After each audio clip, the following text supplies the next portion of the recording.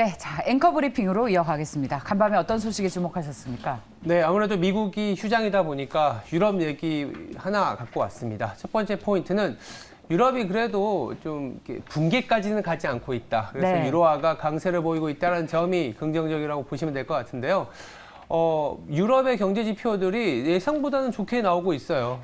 말씀하신 것처럼 헤드라인에서도 짚어주셨지만 독일의 IFO 경기 체감 지수가 84.5에서 86.3으로 전월 대비 또 개선이 됐습니다.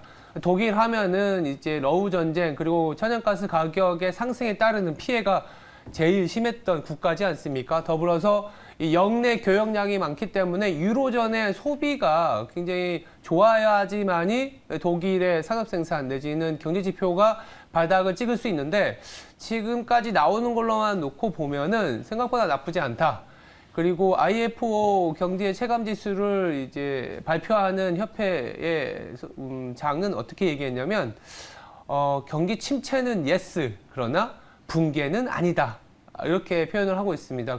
그만큼 우리가 유로화가 패러티가 깨졌던 그 순간도 있었지 않습니까? 그때까지만 놓고 보면 유로화는 이제 붕괴된다라는 내용들이 많았었는데 붕괴는 아니고 경기 침체 정도, 침체도 조금은 벗어나고 있는 거 아니냐라는 희망 섞인 그런 지표들이 최근에 나오고 있습니다. 네, 유럽에서 나오고 있는 경제 지표도 PMI 제조업 지표가 보니까 전달보다 계속해서 좋아지는데 네. 50 밑이라서 경기 둔화는 확실합니다. 둔화긴 하지만 둔화의 폭이 조금은 네, 경기 둔화 속도가 조절이 되고 있다라고 시장에서는 해석을 하면서 호재로 받아들인 것 같습니다. 맞습니다. 네.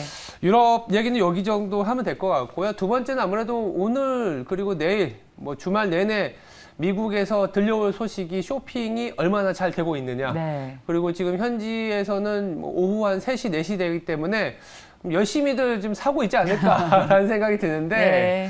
쇼핑 계획에 대한 데이터를 한번 말씀드릴게요. 쇼핑 금액도 중요하지만 의미 있는 거는 코로나 이전, 그러니까 2019년에 이제 블랙 프라이데이부터 연말 시즌까지의 쇼핑 계획보다 코로나 이후에 처음으로 올해 같은 경우가 2019년보다는 쇼핑 계획이 더 많아질 것 같다. 전년 대비로는 5% 이상, 그리고 2019년 코로나 이전보다는 0.6% 이상의 쇼핑 객들이 더 쇼핑을 하겠다라는 의사가 있었거든요. 물론 이제 뭐 쇼핑 객이 많다고 해서 쇼핑 금액이라든지 쇼핑과 관련된 데이터가 좋아진다라는 건 아니지만 아무래도 좀 더 많이 나온다면 좀 더 많은 소비를 하지 않을까라는 생각에서 좀 소개를 드렸고요. 그리고 전일의 미시간 소비자 심리 지수도 사실은 좀 괜찮았습니다. 양호하게 나왔기 때문에 지금 인플레이션 그리고 실질 소득이 줄어들고 금리가 올라왔다고 해서 연말 쇼핑에 대한 기대가 크진 않은 상황이거든요.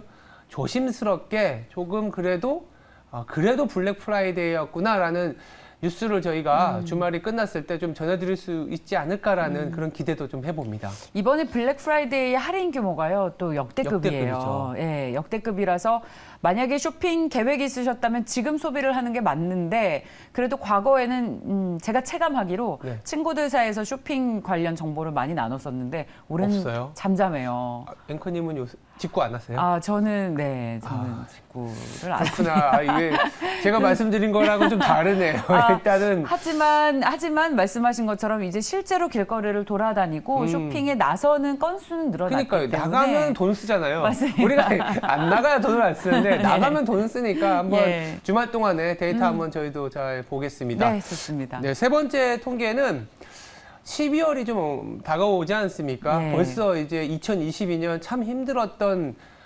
연말이 이제 끝나갈 수도 있는 그런 예. 마지막 한 달을 남겨두고 있는데 한번 데이터를 만들어 봤어요. 네. 무슨 얘기냐면 12월에 시장이 어땠을까? 금융위기 이후에 13년째 그리고 이번이 14년째를 맞고 있는데요. 데이터만 놓고 보면 그렇게 나쁘진 않았습니다. 그러니까 S&P 같은 경우에는 13번 정도 중에 10번 모두 상승을 이뤘고 평균은 한 1.2% 상승률을 보였어요. 우리나라 같은 경우에는 S&P보다는 조금 떨어집니다. 13번 중에 한 7번밖에 오르지 않았기 때문에 반반의 확률이긴 한데 재미있는 거는 삼성전자가 있잖아요. 삼성전자는 10번 올렸어요. 그리고 평균 5% 이상의 상승을 보였기 때문에 만약에 미국이 쇼핑 시즌의 결과가 좋아서 오른다 했을 때 삼성전자 정도는 시장에서 버팀목이 좀 되어주지 않겠나 이런 생각도 좀 가져보고요.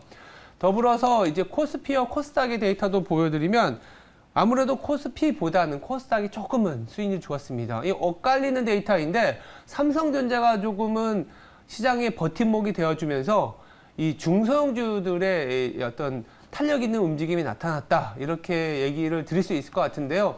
물론 과거의 데이터이기 때문에 그리고 코로나 이후 올해 같은 경우에는 강한 긴축이 있었기 때문에 또 이 데이터가 맞을지는 모르겠지만 이 유의미한 데이터는 그래도 확률적으로 높은 어떤 상황이지 않겠나. 왜? 주가가 그동안 너무 많이 하락을 했었고 네. 이제야 조금은 숨통이 트이는 과정이기 때문에 12월을 앞두고 있는 투자자들 입장에서는 지금 안 그래도 뭔가 또 2,400을 넘어서서 올라갈 구석이 없다 이런 얘기들이 많은데 한번 이 대장인 큰형님인 삼성전자를 한번 믿어보는 것도 나쁘지 않지 않겠나라는 생각에서 네. 말씀드렸습니다. 삼성전자 오빠 한번 믿어볼까요? 연말에 아무래도 배당을 또 많이 주니까 그렇죠. 그것 때문에 삼성전자를 지금이 기회다라고 사시는 분들도 계실 것 같고요. 그렇군요. 예. 연말 배당도 있군요. 삼성전자 배당 받아보셨습니까? 네, 뭐 쏠쏠합니다. 맞습니다. 상당히 많이 줍니다. 근데 네. 그러느니 차라리 주가가 더 올랐으면 좋겠다라는 생각을 했었는데 네. 그런 변동성이 이제 많이 줄었고 하방 경직성 확보되는 6만 원 선에서 거래가 이루어지니까 네, 삼성전자가 연말에는 우리 시장을 든든하게 버틸 수 있을 것이다라는 브리핑까지 들어봤습니다. 앵커 브리핑이었습니다.